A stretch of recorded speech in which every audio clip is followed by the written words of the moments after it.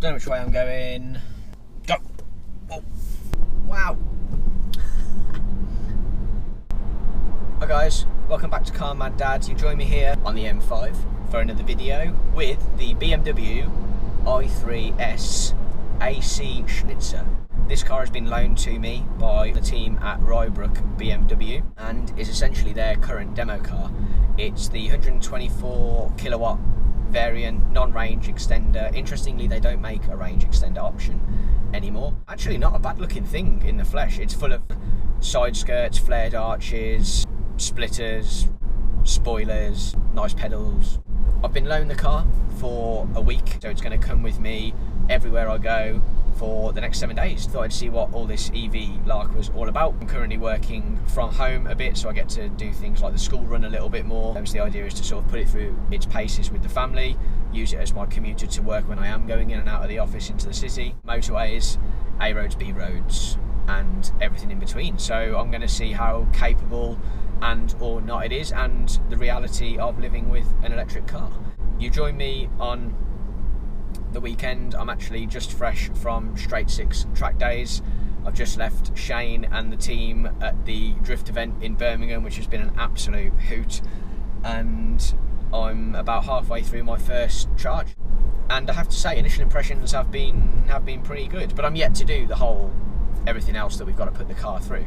So what I will do now is leave you to it, show you a bit of what we've been up to, and then I'll look forward to coming back in a couple of days time with my thoughts. So yeah, I'll see you guys soon. Cheers.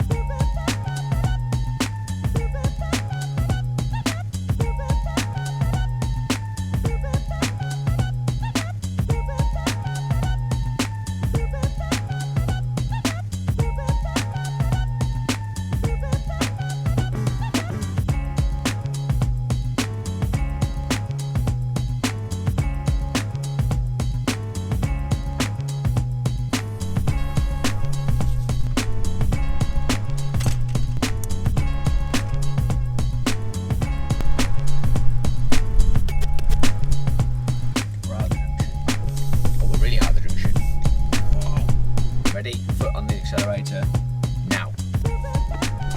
10, 20, 30. That's it. Welcome back to the i3. You join me after a good few days in the car now here at the end of the week. Spent plenty of time doing everything that a normal week would entail and some. And I think I'm probably at a point whereby I can summarise my experience in the car and my thoughts as what I would probably define as a bit of a electric skeptic, if that is a thing. Right, so I think it's best we break this review down into two parts. One be it sort of styling in general, both interior, exterior and drive, and the other part being my general thoughts on electric, because they're two very different conversations, I think. The exterior I really like. That is admittedly helped by a very nice AC Shnitzer styling kit, which is on this car in particular, which includes things like flared arches, splitters, spoilers, a bit firmer suspension, so obviously lower ride, but to be honest with you, it doesn't really suffer from it. It's probably a little bit harsher than what the normal car is, but as a city car you don't really necessarily notice it. They're quite short wheelbased anyway, so they're quite sort of jittery in places. I'm used to hard ride anyway, so I can't pretend that I'm too bothered about that, because I'm just not. Would I have it with the Schnitzer kit on it? Probably not. I think you could probably do a better aftermarket job for cheaper and keep the normal suspension, which is something I'd probably try and do if I could. Interior, it's like sitting in your lounge. So I can't say I'm a fan of the cream wheel or the cream interior. It just doesn't lend itself to me and sort of family life. I've already got mud on the seats that I've got to apologise for after, you know, 1 week, and the nature of any cream interior in any car. That's not an attack on this car, is that it just generally doesn't work for someone like myself who does use and abuse football matches, horse riding lessons, and all this other sort of exciting stuff that we parents get to get up to.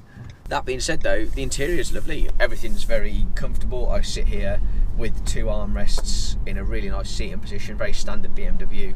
My one criticism, if I did have one, would be that the screen in front of me that gives me speed, charge, power, range, trip computer, looks extremely dated in comparison to everything else in the cabin. It's very clear, it's very easy to read, but it looks a bit sort of early 2000s for me in light of sort of everything else that's around you. But that probably also tells you a bit about how I've got on with the car, because if that's the only real thing I can pull out as a criticism of the interior is the screen, I'm a real big fan of all the open space you get in here. It feels, for such a small car, it feels very spacey. Recycled materials in here as well, which are very particularly placed in areas that you wouldn't go for. Everything that you grab is high quality, as you might expect. I would want Harman Kardon, I'm a big fan of it, but the standard system is not bad. The iDrive system is second to none. I think it's the best system on the market. I'm a real big fan of the interior, which I, again, was not expecting. You wouldn't want to spend a huge amount of time in these seats. I'm not saying they're uncomfortable, but they don't lend themselves to long distance driving, in my opinion. They're supportive enough, but you don't really feel hugged, and there's no lumbar, which it's got a half decent lumbar support in as standard, but I would probably want a bit more of that. Spending time with the family, 4 people in the car, has been no problem at all. That being said, you have got to be marginally careful of where you park, because the back door will not open without the front door being open, and the front door needs to open rather a lot because it's quite a big door. You don't really want to end up parked too close to someone having to get out. You might find yourself in a bit of a jam. The back doors have windows, but they do not open. Again, it shows you that I'm really having to pick holes in the car to give you some of this, because to me that's not really necessarily a problem, but I think it's worth mentioning because it might be a problem to some of you. Right, the drive. The one thing that is fantastic on this car, and I'm about to demonstrate it now, is the turning circle. I've never driven a car that would have turned into that space, or turned out of that space as well as that just has. The turning circle on this is absolutely phenomenal. You can literally U-turn in a road junction. It caught me off guard initially. The car's a lot quicker than I expected to be, especially off the mark. If you put your foot down, you really do have to watch where you put your foot down. It gathers pace very, very quickly. It's a little bit relentless in that respect. Actually cruising around in it, again, for a city car, let's not forget what this is. You know, it's not a motorway cruiser. For a city car, it actually covers distance relatively well.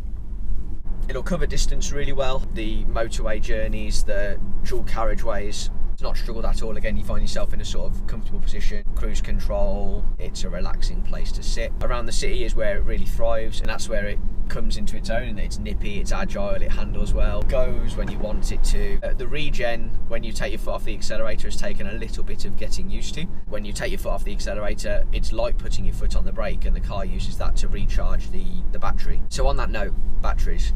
I've covered nearly 300 miles in a week, which has essentially seen me through 2 charges.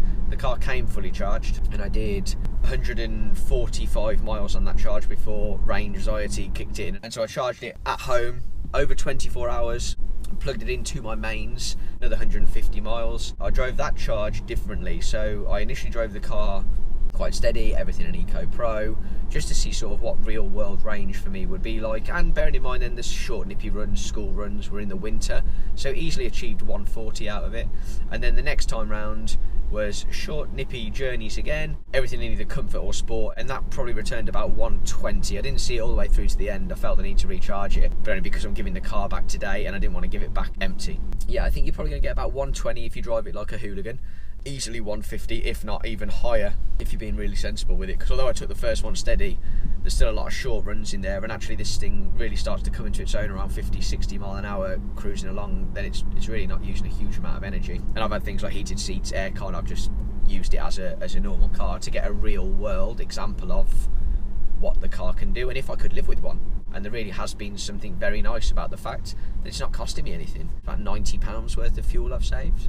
Happy days. Which brings me on to, would I? I think electric cars in general have become far more desirable to find something that's going to work better for you. For me, if I was considering a company car, would I? Absolutely. Would it be the i3? I don't know. I would have to do my research. It would definitely be in contention. It would not be a no, put it like that. In summary, absolute hoot to drive. Big fan of rolling around in it. I will miss it when it's gone. Perfect for the school runs, the cities, and the odd little bit of distance work. Very comfortable place, very nice place to sit, and you can obviously customise that however you want. Would I buy one? I would seriously consider it if it was the right thing for me. Yeah, absolutely. Right guys, that's it from me. I hope you've enjoyed the video and the i3 experience. We've had some fun along the way.